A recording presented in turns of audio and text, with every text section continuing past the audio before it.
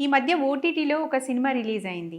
దాంట్లో ఒక గురక పెట్టే హస్బెండ్‌తో ఒక అమ్మాయి ఎలాంటి సమస్యలు ఫేస్ చేస్తుంది, చివరికి అదే గురకతో ఎలా అడ్జస్ట్ అయింది అనేది యాక్చువల్లీ ఆ సినిమా స్టోరీ. కానీ ప్రతి సందర్భంలో ఇలా గురకని అడ్జస్ట్ అవ్వడం అనేది సాధ్యం కాదు. ఇన్‌ఫ్యాక్ట్ వెస్టర్న్ కంట్రీస్‌లో అయితే కేవలం గురక వల్ల డైవోర్స్ కేసెస్ పెరుగుతున్నాయి అని కూడా మనం వార్తల్లో చూస్తూ ఉంటాం. అంతేకాకుండా గురక వల్ల కొన్నిసార్లు కాంప్లికేషన్స్ వల్ల ప్రాణాపాయం కూడా సంభవించవచ్చు. అందుకే ఈ గురక గురించిన అన్ని వివరాలని తెలుసుకోవడానికి డాక్టర్ మేఘనాథ్ గారు, ప్రముఖ ఈఎన్టీ సర్జన్ డాక్టర్ మేఘనాథ్ గారితో మాట్లాడి తెలుసుకుందాం. నమస్కారం సార్. నమస్తే. సార్, యాక్చువల్లీ నేను ఇందాక అన్నట్టు గురక మీద అనేది అది చాలా చిన్నగానే కనిపిస్తుంది కానీ చాలా పెద్ద సమస్య. చాలా పెద్ద సమస్య అది.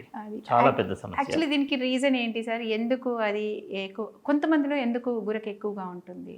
గురక రావడానికి ఒక ముఖ్య కారణం థైరాయిడ్ లోపం. అండ్ దీన్ని చాలా సింపుల్గా థైరాయిడ్ మెడిసిన్ రోజుకు రూపాయి ఉంటుంది టాబ్లెట్ ఖరీదు, దాంతో మనం సరి చేయొచ్చు. రెండవ కారణం ఊబకాయం. ఎక్కువ లావుగా ఉన్నప్పుడు మన ఈ గొంతు లోపల కొవ్వు ఎక్కువగా పట్టినప్పుడు మనం తీసుకునే బ్రీతింగ్ పైప్ని ఈ కొవ్వు నొక్కేసి ఇంత ఉన్న పైప్ ఇంత అయిపోతుంది, చిన్నదైపోతుంది. తద్వారా గురక మొదలవుతుంది. ఈ రెండు కారణాలు చాలా సింపుల్గా మనం ట్రీట్ చేయొచ్చు. థైరాయిడ్కి థైరాయిడ్ మెడిసిన్, ఊబకాయం ఉన్న వాళ్ళు బరువు తగ్గినట్టయితే వాళ్ళకు ఉన్నటువంటి గురక సమస్య 100% తగ్గిపోతుంది.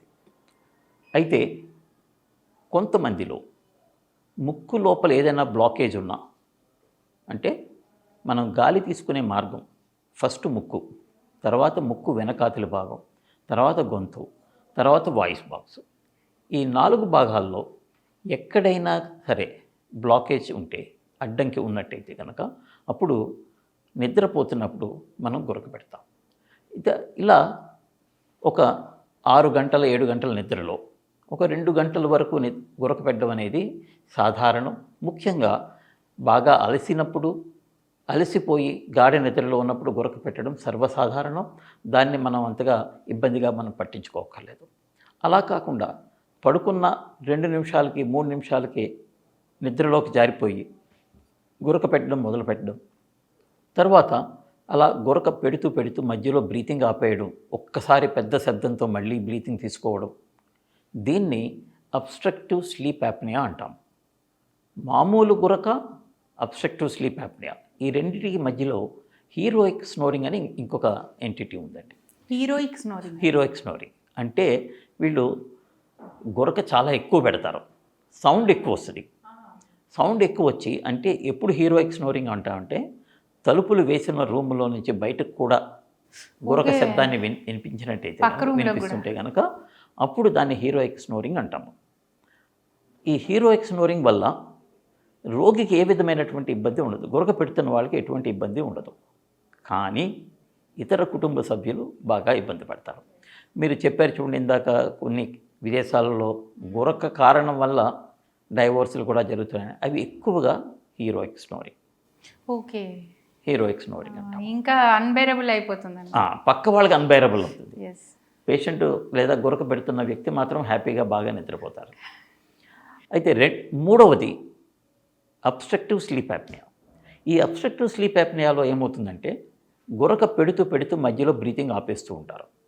అలా గురక పెడుతూ బ్రీతింగ్ ఆపేసినప్పుడు వారికి రక్తంలో ఉన్నటువంటి ఆక్సిజన్ శాతం ప్రమాదకర స్థాయికి పడిపోతుంది. అలా ప్రమాదకర స్థాయికి ఆక్సిజన్ పడిపోయినప్పుడు వారి శరీరంలో చాలా మార్పులు జరుగుతాయి. బ్లడ్ ప్రెషర్ పెరుగుతుంది, డయాబెటీస్ ఉంటే డయాబెటీస్ పెరుగుతుంది, తర్వాత హార్ట్ ప్రాబ్లమ్స్ ఏమన్నా ఉంటే హార్ట్ అటాక్ వచ్చే ప్రమాదం ఉంటుంది. బ్రెయిన్ లోపల ఏదైనా కొద్దిగా రక్తనాళాల్లో ఇబ్బంది ఉంటే కనుక బ్రెయిన్ స్ట్రోక్ వచ్చే ప్రమాదం ఉంటుంది. ఇవే కాకుండా ఇలా ఆక్సిజన్ శాతం తగ్గిపోయిన సందర్భాల్లో ఒక్కొక్కసారి గుండె కొట్టుకునే తీరులో చాలా విపరీతమైన మార్పులు వచ్చి ఒక్కసారిగా సడన్ డెత్ అంటాము. ముఖ్యంగా ఇది గురక పెట్టే వాళ్ళలోనే ఎక్కువగా జరుగుతుంది. రాత్రి చక్కగా పడుకుంటారు, భోంచేసి పడుకుంటారు, హ్యాపీగా ఈవినింగ్ వాక్ కూడా చేసి పడుకుంటారు. పడుకున్న రాత్రి గురక పెడుతూ ఒక్కసారిగా బ్రీతింగ్ ఆగిపోయి ప్రాణహాని జరిగిపోయే ప్రమాదం ఉంటుంది. అంటే ఇది బ్రీతింగ్ ఆక్సిజన్ ఆగకనా లేదంటే హార్ట్ అటాక్స్?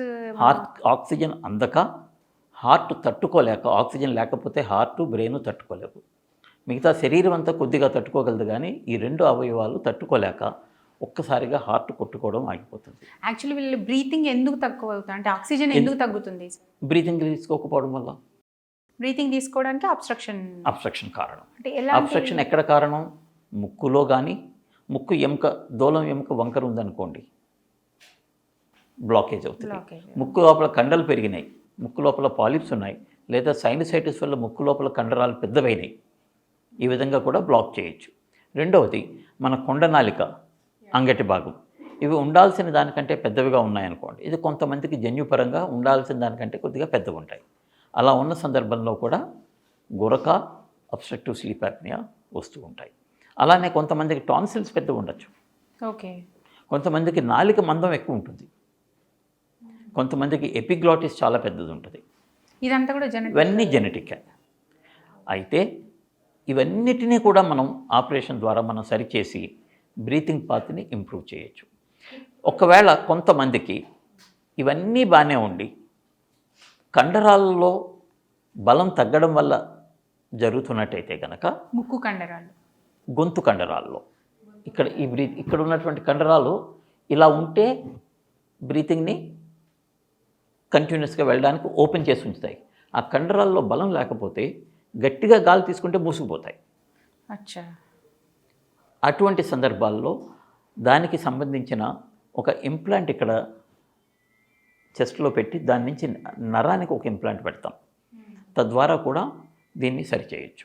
అయితే ఈ విధానం మనకి ఇంకా ఇండియాలోకి అందుబాటులోకి రాలేదు. చాలా కొద్ది ప్లేసుల్లో ఎక్స్పెరిమెంటల్గా జరుగుతుంది, ఇంకా అప్రూవల్ రాలేదు, వస్తుంది కొద్ది రోజుల్లో. ఇవన్నిటికంటే కూడా ఫిజికల్గా బ్లాక్ ఉన్న ప్రతి పేషెంట్లోనూ కూడా మనం ఆపరేషన్ ద్వారా చేసి పూర్తిగా నయం చేయవచ్చు.